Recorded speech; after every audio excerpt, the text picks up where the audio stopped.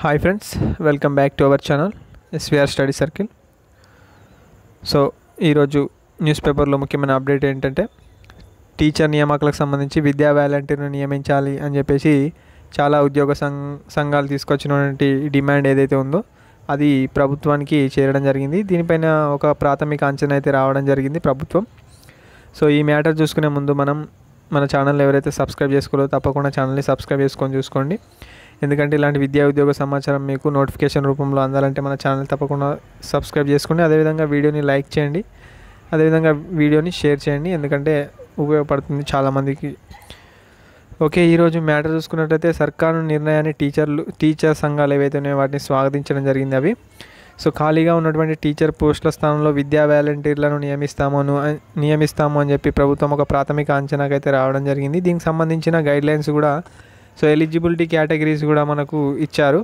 So ఇది చూసుకున్నట్లయితే మనకు దీనికి సంబంధించిన ఎలిజిబిలిటీ కూడా మన ఛానల్లో ఉంచడం జరుగుతుంది. నెక్స్ట్ అండ్ దీనికి సంబంధించి బడుల్లో స్వేచ్ఛా కార్మికులకు సంబంధించి స్వేచ్ఛా కార్మికులు నియమించాలని చెప్పి విజ్ఞప్తి చేశారు. నిజానికి కరోనా ఎఫెక్ట్తో 2020-21 విద్యా సంవత్సరానికి చాలా లేట్గా ప్రారంభమైంది. ఈ విద్యా సంవత్సరం అనేది సెప్టెంబర్ 1 నుంచి 3 నుంచి 5 తరగతులకు ఆన్లైన్ క్లాసులు ప్రారంభించారు. తర్వాత కరోనా కేసులు తగ్గుముఖం పట్టడంతో ఈ నెల 1 నుంచి 9-10 క్లాసులు అయితే స్టార్ట్ చేయడం జరిగింది. ఆ తర్వాత క్లాసులు మొదలు కావడం జరిగింది. ప్రస్తుతం 6, 7, 8 తరగతులకైతే ఈ రోజు నుంచి అయితే క్లాసులను స్టార్ట్ చేయడం జరిగింది.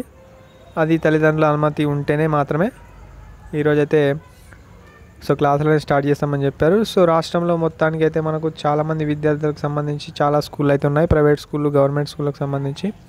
సో మొత్తానికి గవర్నమెంట్ స్కూళ్ళలో మనకు 10,000కు పైగా విద్యా వాలంటీర్లను నియమిస్తామని చెప్పి ప్రాథమిక అయితే అంచనా రావడం జరిగింది. ఇందులో ప్రైమరీ, అదేవిధంగా అప్పర్ ప్రైమరీ, హై స్కూల్కి సంబంధించినటువంటి విద్యా వాలంటీర్లకు సంబంధించి వారి యొక్క ఎలిజిబిలిటీ కేటగిరీస్ మనకైతే ఇవ్వడం జరిగింది. సో వాటిని కూడా మన ఛానల్ ఉంచడం జరుగుతుంది. మొత్తానికైతే 10,000కు పైగా విద్యా వాలంటీర్లను అయితే నియమించే అవకాశం అయితే ఉంది. సో ఎవరైతే అప్లై చేయాలనుకున్నారో తప్పకుండా, ముఖ్యంగా మనకు టెట్లో 20% వెయిటేజ్ ఉండడం జరుగుతుంది పేపర్ 1కి సంబంధించి, అన్ని పేపర్లకు సంబంధించి. అండ్